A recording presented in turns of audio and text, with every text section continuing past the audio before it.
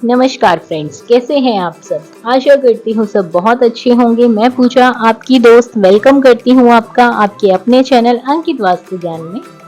Friends, आज हम बात करेंगे पूजा में शंख बजाना क्यों जरूरी माना जाता है, शंख का पूजन किस प्रकार करना चाहिए, साथ ही यह भी जानेंगे कि वैज्ञानिक तौर से शंख हमारे स्वास्थ्य के लिए क्यों फायदेमंद है। तो चलिए जानते हैं शंख के बारे में। किसी भी पूजा पाठ में शंख बजाना बहुत शुभ माना जाता है। माना जाता है कि देवताओं को शंख की आवाज बहुत पसंद है। इससे प्रसन्न होकर भगवान भक्तों की हर मनोकामनाएं पूरी करते हैं। वास्तु के अनुसार शंख बजाने से आसपास की नकारात्मक ऊर्जा दूर होती है। उत्तर पूर्व दिशा में शंख रखने से घर में खुशहाली आती है।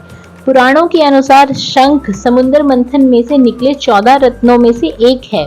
फ्रेंड्स, भगवान विष्णु को शंख अति प्रिय है, इसीलिए भगवान श्री नारायण की पूजा में शंखनाद जरूर होता है। फ्रेंड्स, बात करते हैं पूजा में क्यों जरूरी माना जाता है शंख।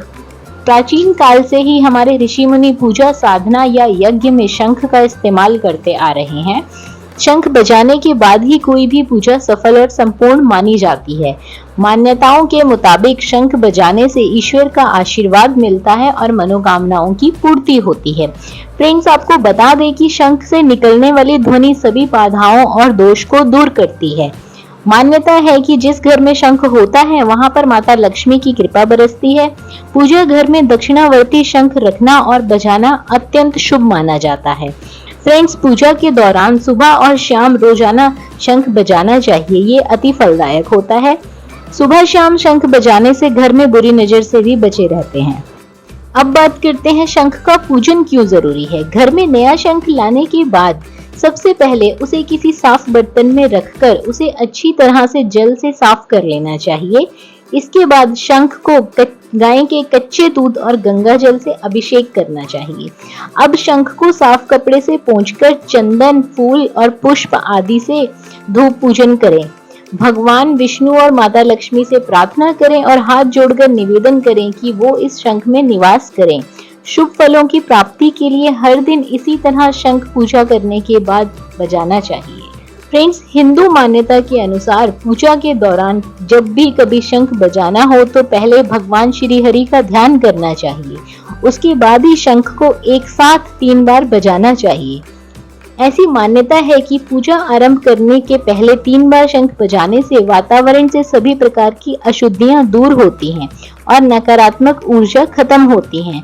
शंख की ध्वनि जो है वो देवताओं को आकर्षित करते हैं और मन को भी शांति मिलती है। फ्रेंड्स, इसके अतिरिक्त शंख की जो ध्वनि से पूजा की विविध वस्तुओं में चैतन्य जागृत होता है और पूजा सार्थक होती है, पूजा पूर्ण मानी जाती है।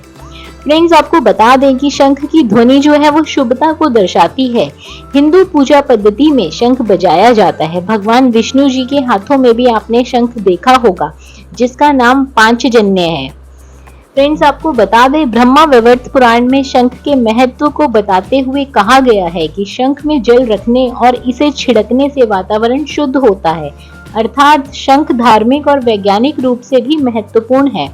वैदिक कर्मकांड के तहत पूजा पाठ में शंख का विशेष महत्व माना गया है। फ्रेंड्स, ये तो हम सभी जान गए होंगे कि शंख में से निकलने वाली ध्वनि से न केवल आसपास का वातावरण पवित्र होता है, बल्कि इसे रखने से ही तमाम तरह की बीमारियां भी दूर होती हैं।